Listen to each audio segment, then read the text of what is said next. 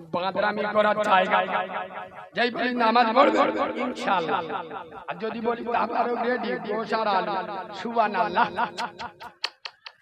তখন ইনশাআল্লাহ বলবে।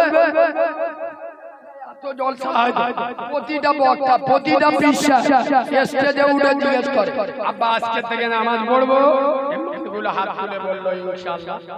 জীবনের প্রথম আমার কাছে হাত তুললো, সত্যি কথা বলুন কিয়ামতে যাব।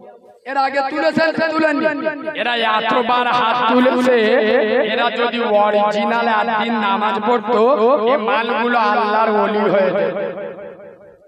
আমি বললাম নামাজ পড়বো, এই যে হাত তুলে বললো ইনশাআল্লাহ, এর মানে হলো না রে শালা, পুরপুর আর হুজুরদের কাছে হাত তুলে আমরা নামাজ পড়ি না, তুই তো শালা কালকে গার করবি। আমার কথা বোঝাতে পারছি না পারছি না। আচ্ছা আপনাদের মসজিদের ইমাম সাহেব আছে, আপনাদের মসজিদের ইমাম সাহেব আছে, আচ্ছা আপনাদের মসজিদের ইমাম কতদিন আছে আপনাদের মসজিদে? এটা আনুমানিক করে বলে 18 বছর এখানে কি ওয়াজ ওনার মতো যোগ্য আলেম বিচক্ষণ আলেম 18 বছর তোদের মসজিদে ইমামতি করছে, বছরে 52টা জুমা, আর কত ওয়াক্ত কত হাজার ওয়াক্তের নামাজ আল্লাহ ভালো জানে। ওদের মতো আলেম 18 বছর ধরে তোদের নামাজি করতে পারে। শালা আমি তো 2 ঘন্টা জন খাড়া মৌলবী রে, এদের মতো আলেম এত বছরে যদি তোদের নামাজি না করতে পারে, আমি 2 ঘন্টার জন্য এসে তোমাদের নামাজি করে দিয়ে যাব, এটা শয়তানও বিশ্বাস করবে? পরিষ্কার কথা বলি বলে গায়ে লাগে, তাই না? নামাজের ব্যাপারে একটা কড়া কথা বলবো, এটা রেগে যাচ্ছে মনে হয়, ওয়াজ কি খুব কড়া হয়ে যাচ্ছে? আমি তো শুরু করি এবার কড়া হয়ে যাচ্ছে, তাহলে একটা কড়া কথা বলবো, আরে সবাই বলবো। এই শোনে, শোরের গোশত শুয়ারের গোশত মোল্লারা খায়, কেন খায় না? কথা বলে না কেন খায় না? হারাম বলে। খোদার কসম আমি বাচ্চা মাওলানা কারিমুল্লাহ জাহাদি এই বাসন্তীর মাটিতে দাঁড়িয়ে চ্যালেঞ্জের সাথে বলছি, এসব ভাষা বলতে গেলে 36 ইঞ্চি সিনা লাগবে, তৃতীয় কোন বক্তার মুখে পাবেন না। বাসন্তী কেন গোটা বাংলা যে সমস্ত মুসলমানের ছাড়ারা, যে সমস্ত মুসলমানের বাচ্চারা নামাজ পড়ে না কিন্তু বলে আমরা শোরের গোশত খাই না, হারাম বলে, এদের মতো চিটিংবাজ হারামখোর মুনাফিক বাংলার জমিনে আর নাই। আর এটা প্রমাণ না করতে পারলে কবির মেম্বারে জীবনে উঠব না, নগদ প্রমাণ করে দিচ্ছি। শোনে, আচ্ছা বলে শোরের গোশত খাই না, সবাই বলে নামাজ ছেড়ে দেওয়া কি? মালগুলো চুপ করে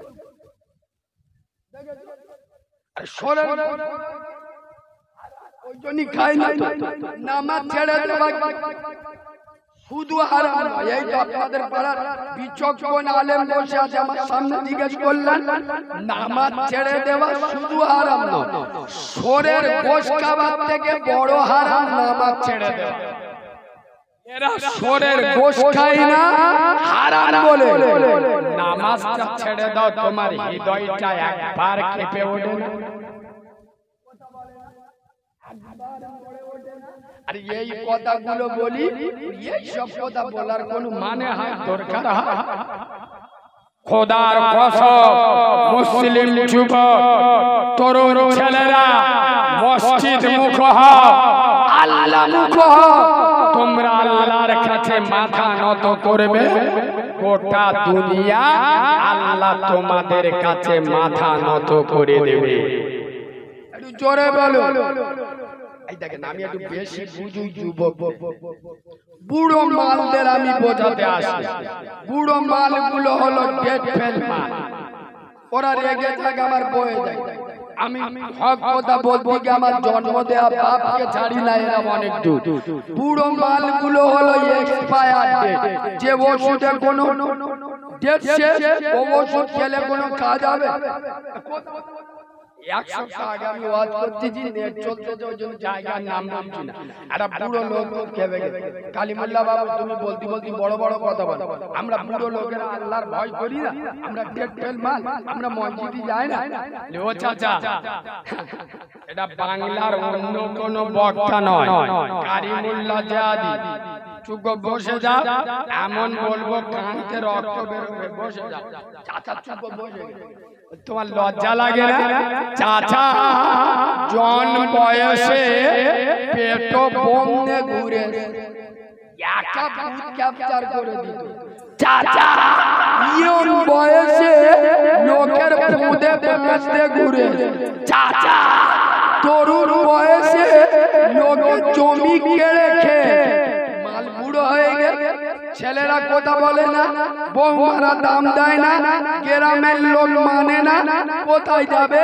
মসজিদে গিয়ে আল্লাহু আকবার নিয়ত বেঁধে এসি দিকতেই ঠান্ডা হাওয়াটা করতে বেরুচ্ছে। একটা বুড়ো নামাজি আল্লাহর কিরে বাপ, সবাই না সবাই না, একটা বুড়ো নামাজি এত হারামি। মসজিদে গিয়ে দেখি নিয়ত বেঁধে, মসজিদে গিয়ে নিয়ত বেঁধে পিছনে ছাওয়াল্লা খেলা করতে, পিছনের দিক দিয়ে চুপ কর চুপ কর, চল মারবে, চুপ থাক। এই হ্যাঁ না না, হ্যাঁ না না, তার মানে কি? ও তো আল্লাহর ভয়ে মসজিদে যায় না। এই যুবক ছেলেরা, খোদার কসম, বুড়ো বয়সে নামাজ পড়াটা কোনো দাদাগিরি নয়। আসল দাদাগিরি কাকে বলে শুনে নাও। 22 বছরের যুবক 5 ওয়াক্ত নামাজ পড়ে দেখাও, এর নাম হলো দাদাগিরি।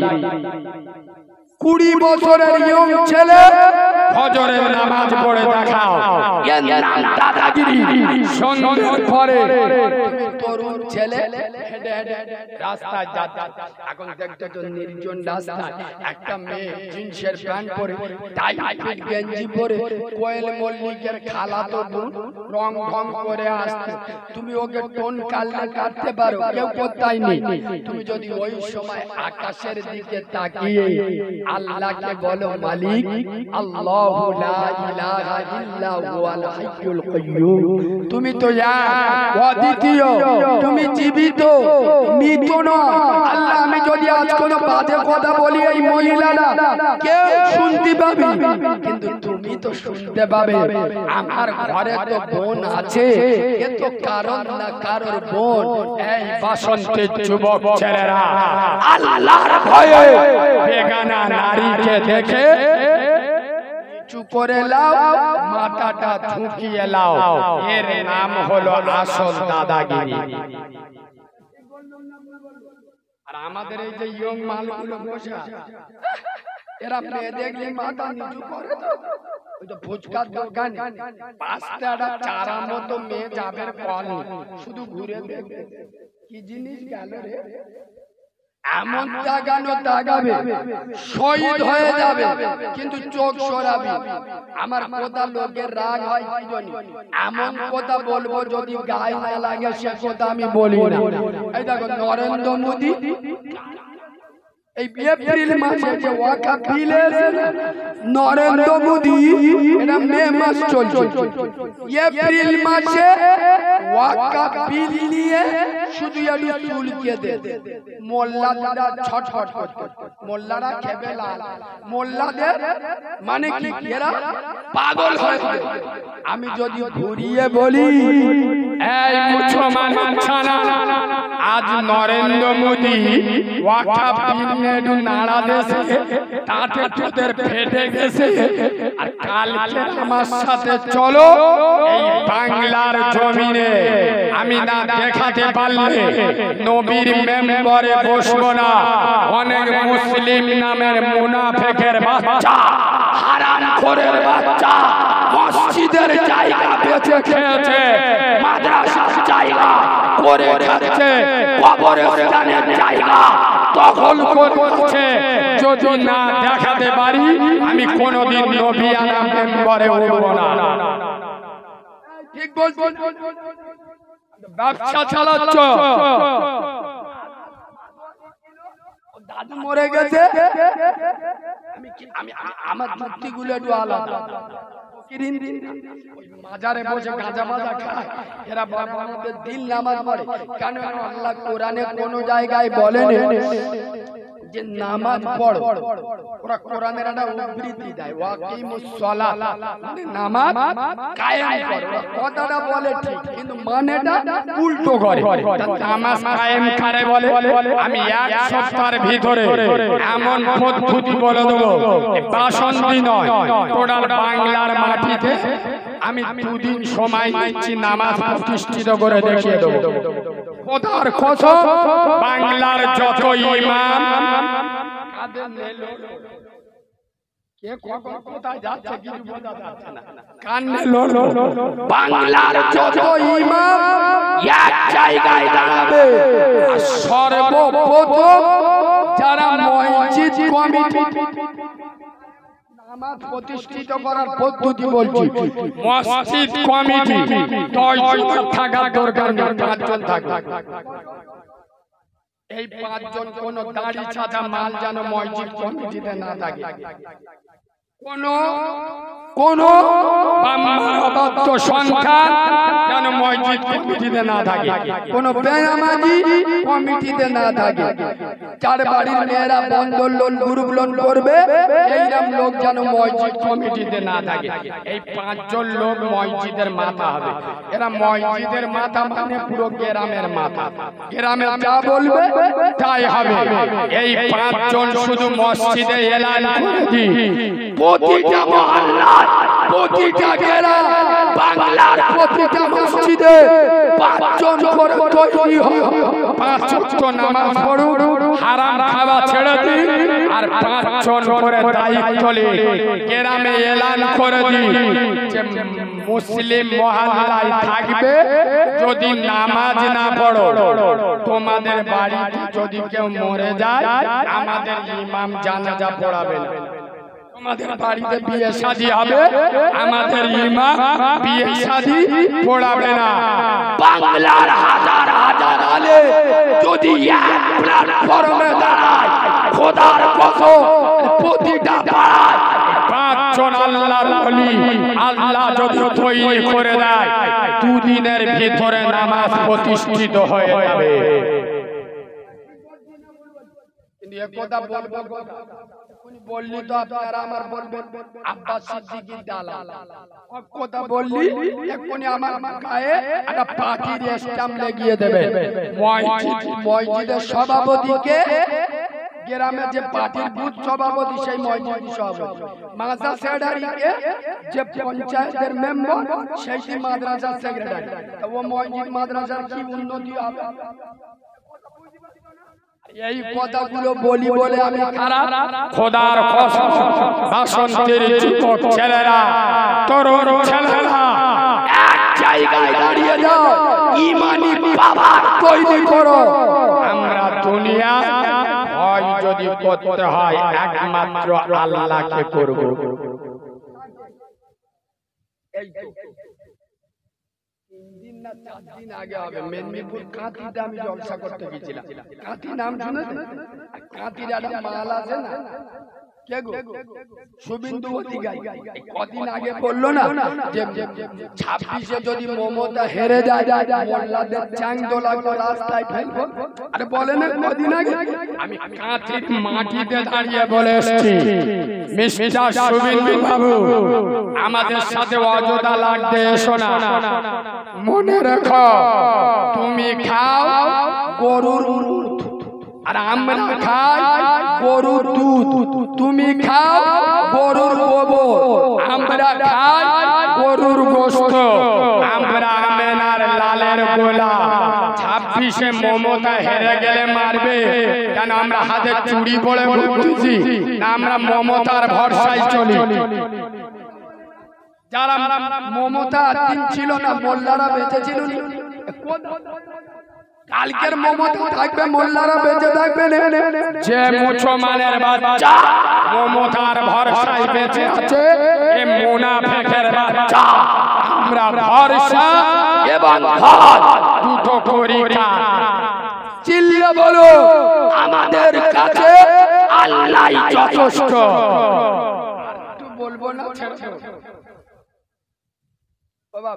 পিছনের লোকেদের অসুবিধা আছে, ওরা নাড়া ছাড়া দিচ্ছে না। কি বলতো আরে বলবো, একবার তকবীর দেবো, সবাই দিতে বললি নয়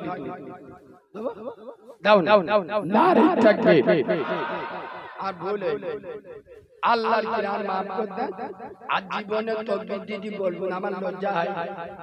আওয়াজ দেখ যেন অম্বল হাগা। এটা বাসন্তী থানা তো আমি জানি। পার্টির মিছিলি গেলি হয়, এদের রং সে পঞ্চায়েত ভোট হোক আর বিধানসভা হোক আর লোকসভা হোক, বাসন্তী খবরে আসবে না, এরা হয় না। পার্টির মিছিলি বেরুলি আমরা খাবো, তোমরা বাদ। যদি করো প্রতিবাদ, ধর থাকবে মুন্ডু। আচ্ছা, আল্লাহর নামে তকবীর দি যায়, মাথা উল্লু গায় দাও, চুলের কালি তো শাহরুখ খানের ভাইরা ভাই এবার আল্লাহর গিরে।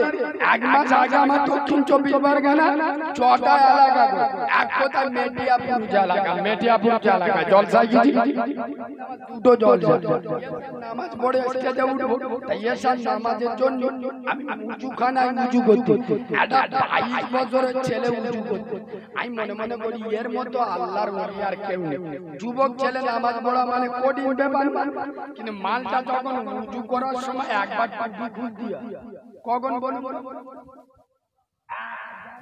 ঠিক চাচা তো জিবরাইল তো ভাই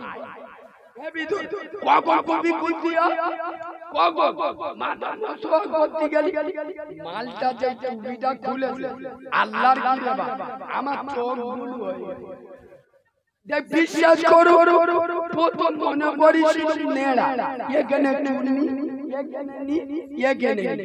যেই খুলে নেড়ে গরু দেখেছো লেজ কিরাম থাকে, গোটা গোটা চুল, তার ভিতরে 3-4টে চুল লাল, তার ভিতরে 3-4টে, তার ভিতরে 3-4টে সবুজ। আর এ বাবা এটা কি কাটি, আর ও এটা মধ্যম মরো। খোদার কসম যুবক ছেলেরা, তোরা এই মাথায় যারা বিনা বিভিন্ন স্টাইলে চুল কাটিস, শুনেলে রাসূলুল্লাহ বলে গেছে, এটা বুখারীর হাদিস। রাসূল বলে দিচ্ছে কিয়ামত আমার উম্মতের ভিতরে একদল মানুষ জন্মাবে, এদের মাথায় কিছু অংশে চুল থাকবে, কিছু অংশে চুল থাকবে না। আমি রাসূল বলে যাচ্ছি এই মাথার উপরে আল্লাহর গজব পড়বে। তোরা যদি নবীর বদদোয়া নিয়ে বড় হতে চাস, চুল কাট, কোন অসুবিধা নেই। তোরা যদি নবীর বদদোয়া নিতে চাস, এক সেকেন্ড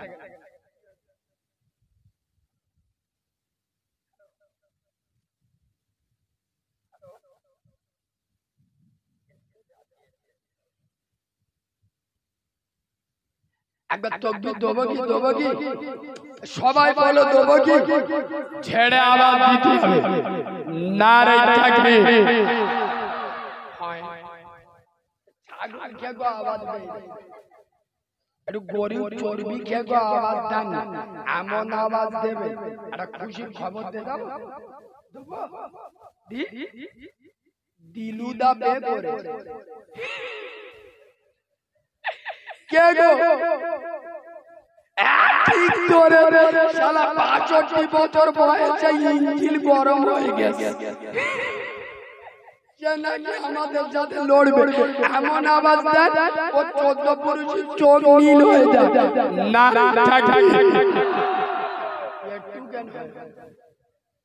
আরে একটু চাপা আওয়াজ মারো না, থাকবে না থাকবে। বেরিয়ে এইবারে আমার চোখ নীল করে আওয়াজ হয়, আমার চোখ ব্লু করে আওয়াজ দেয়, নারে তাকবীর, নারে তাকবীর। আমার দাদা পীরের হক সিলসিলা, সিলসিলায় মুজাদ্দিদ জামান। সিলসিলার একটা কথা খালি বলবো, আমার বললাম না দিলে আমি বলবো, আমি কারো দালাল না। কোন হুজুর আমার একটা দাওয়াত দেয় না যে আমি দালালি করব, তবে আমি ওনাদের ভালোবাসি। কেন? আমার মুজাদ্দিদ জামানের রক্ত আছে ওনাদের গায়ে, তাদের মর্যাদা আছে না।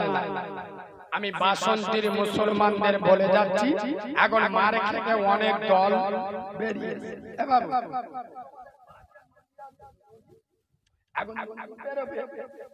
নৌকা বল, নৌকা আছে, জাহাজ আছে। জাহাজ মানে ধরেন লঞ্চ, লঞ্চ। আমি একটু বড় করে বলি, বড় নদী বেরোবে, জাহাজ আছে, লঞ্চ আছে। আপনি কোনটাই উঠতে বেশি পছন্দ করবেন? ওয়ালার মালিক আল্লাহ, জাহাজে উঠলে যে বিপদ হবে না তা না, কিন্তু সাবধানতা অবলম্বন করতে আল্লাহ বলেছে না? বলে আল্লাহ বাঁচাবে বলে। কেউ যদি বলে আগুনে পা দিয়ে দেখি আল্লাহ কি গো বাঁচায়, ও তো আগুন চুমো খেয়ে আই লাভ ইউ বলে ছেড়ে দেবে। আরে আল্লাহ তো বলেছে ওটা আগুন পা দিয়ে পুড়ে যাবে। তাহলে আপনি নদী পেরোবেন, জাহাজ আছে, নৌকা আছে, উঠবেন কোনটা? জাহাজে। পায়ে ধরে বলে যাচ্ছি বাসন্তীর মুসলমান, অনেক দল, অনেক কোম্পানি মার্কেটে বেরিয়েছে। আমরা কোন দল চিনি না, কোন কোম্পানি চিনি না, আমরা একটা কোম্পানি চিনি, সেটা ব্র্যান্ডেড কোম্পানি, সেটা আমার দাদা পীরের কোম্পানি। মনে রাখবে, চাচা ফোনে আওয়াজ বেশি আর কোম্পানি ফোনে দাম বেশি। মনে রাখবে, দল দেখবে না, পার্টি দেখবে না, কোন আপনার দল নৌকা দেখবেন না। আমার দাদা পীর জাহাজ, তার আওলাদেরা জাহাজ, যার ভাল লাগে তার সাথে চল।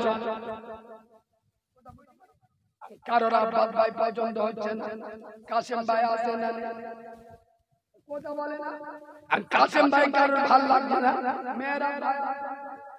মেরা ভাই কারোর ভালো লাগছে না, ইসাক ভাই আছে না, ইসাক ভাই কারোর ভালো লাগছে না, তোহা চাচা আছে না,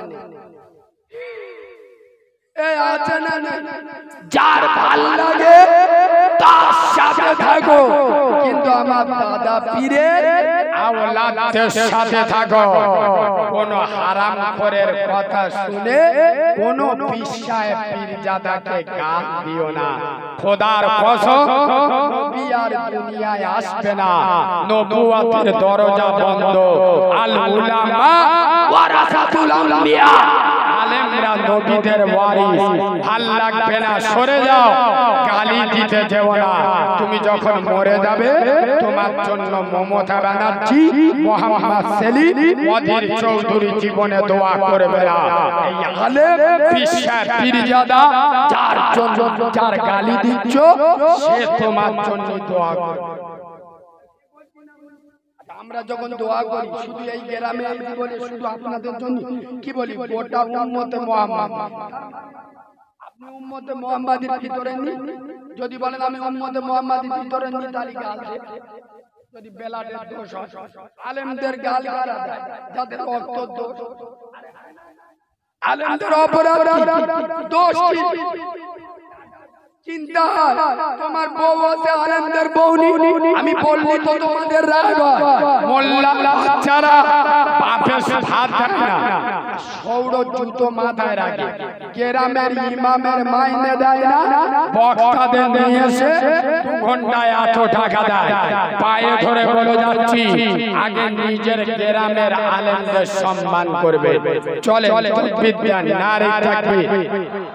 আর উঠে যাচ্ছ, ও ভাই কি হয় বলবে, ও জিজ্ঞেস করবে না, গায়ে লেগেছে কথাটা, মালার পিছনে থাকা।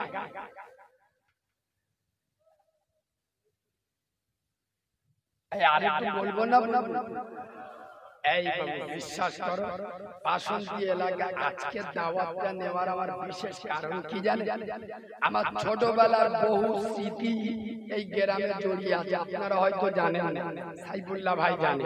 আমার এই যে মোবাইলের নাম্বার 9732 সাইফুল্লাহ ভাই সে 2002 সালে। আমি সেই আমার বয়স 29 বছর, আমি জলসা করছি 23 বছর। আর আমি যেদিন হয়েছি আমার মা মরে গেছে। খোদার কসম, ইউটিউবে যারা শুনেছে আমার মায়ের স্তনের দুধ আমি এক ফোঁটা খাই। আমার মাকে একবারও মা বলে ডাকি। আমি মায়ের কোলে জীবনে উঠি। ঈদের দিন আমার মার কবর জিয়ারত করতে যাই। এবছর ঈদের দিন দুটো জলসা, আমি তাড়াহুড়ো করে আমার মার কবর জিয়ারত করতে যাচ্ছি। এখন একজন ফোন করে, কালিমুল্লাহ ভাই আপনি আমার জন্য একটু দোয়া করবেন, আমার মৃত্যুটা যেন আমার মার কোলে হয়। আমি কারিমুল্লাহ নিজে ইফতার সামনে নিয়ে দোয়া করি, আল্লাহ আমার মৃত্যুটা যেন রমজান মাসে রোজা অবস্থায় শুক্রবার জুমার দিন নামাজে দাঁড়িয়ে কোরআন পড়তে পড়তে আমার মরণ হয়। যখন দোয়া করব আর ও দোয়া করতে চাইছে যে আমার মৃত্যুটা যেন আমার মা, জোরে বলো মা কোলে হয়। আজ কেন? কালিমুল্লাহ ভাই আমি তো গুনাহগার লোক, নামাজ রোজা করি না, তবে তুমি তোমাদের মতো আলেমদের মুখে শুনেছি মায়ের কোল জান্নাতের বাগান। আর একটু জোরে বলবেন না? আমার মৃত্যুটা যখন আমার মার কোলে হয়, আমি তো ডেঞ্জারের মান, খাতারনাক মান, যেই পড়ে যাব জাহান্নামের ফেরেশতারা আসবে। এখন জাহান্নামের ফেরেশতা এসে দেখবে চোখ নীল হয়ে যাবে। যার মৃত্যুটা হয়েছে জান্নাতের ভিতরে, তাকে জাহান্নামে কি করে নিয়ে যাব? খোদার কসম, এই যুবক ছেলেরা তোদের পায়ে ধরে বলে যাচ্ছি, যাদের মা বেঁচে আছে তাদের জিন্দা মদিনা বসানো আছে, যাদের বাপ বেঁচে আছে জিন্দা কাবা বসানো আছে। সব জায়গায় বিশ্বাস করুন আমার ভিতরে কি আমার গলা ভালো, আমার এলমিয়া তো সেরাম নেই, আমার গলা ফাটা বাজের মতো একটা গজল বলি না, টান শুনতে জলসা করি। গোটা বাংলায় 1 ঘন্টার জন্য 20,000 টাকা দিতে চাই, রাত দুটোই গেলি হাজার হাজার লোক। কেন? আজকের আমার গোপন জিনিসটা বলে যাচ্ছি, খোদার কসম আমার মা খেটুয়ায় উঠে আমার মা আল্লাহর কাছে দোয়া করেছিল, হে আরশের মালিক আমি এর নারী ছেড়া মা, আমি জানি খেটুয়ায় যারা ওঠে 100-র মধ্যে 90 জন নামে না। আমি মারা যাবার পরে আমার বাচ্চাটা মা বলে ডাকবে, কে আদর করে আমার পেটার মাথায় হাত বুলিয়ে আব্বা বলবে, কার স্তনের দুধ খাবে? হে মালিক ওর প্রসবের রক্ত এখনো আমার হাত থেকে শুকায়নি, আমি ওর নারী ছেড়া মা তোরা দালাতে খেটুয়ায় বসে দোয়া করে যাচ্ছি, আল্লাহ আমার বাচ্চাটা তোর কুদরতি হাতে রেখে গেলাম। এই বাসন্তী যুবকেরা যাদের মা বেঁচে আছে শুনেলে খোদার কসম আজ কারিমুল্লাহকে Australia, America, Dubai, Bahrain, Saudi Arab, Malaysia, Indonesia থেকে রাতে নেটে ফোন করে, কারিমুল্লাহ আমরা বাঙালি, তোমার ছাড়া ওয়াজ না শুনে আমরা ঘুমাই না। গোটা দুনিয়ায় আল্লাহ আমার এই আওয়াজ পৌঁছে দিয়েছে একমাত্র আমার মায়ের দোয়া।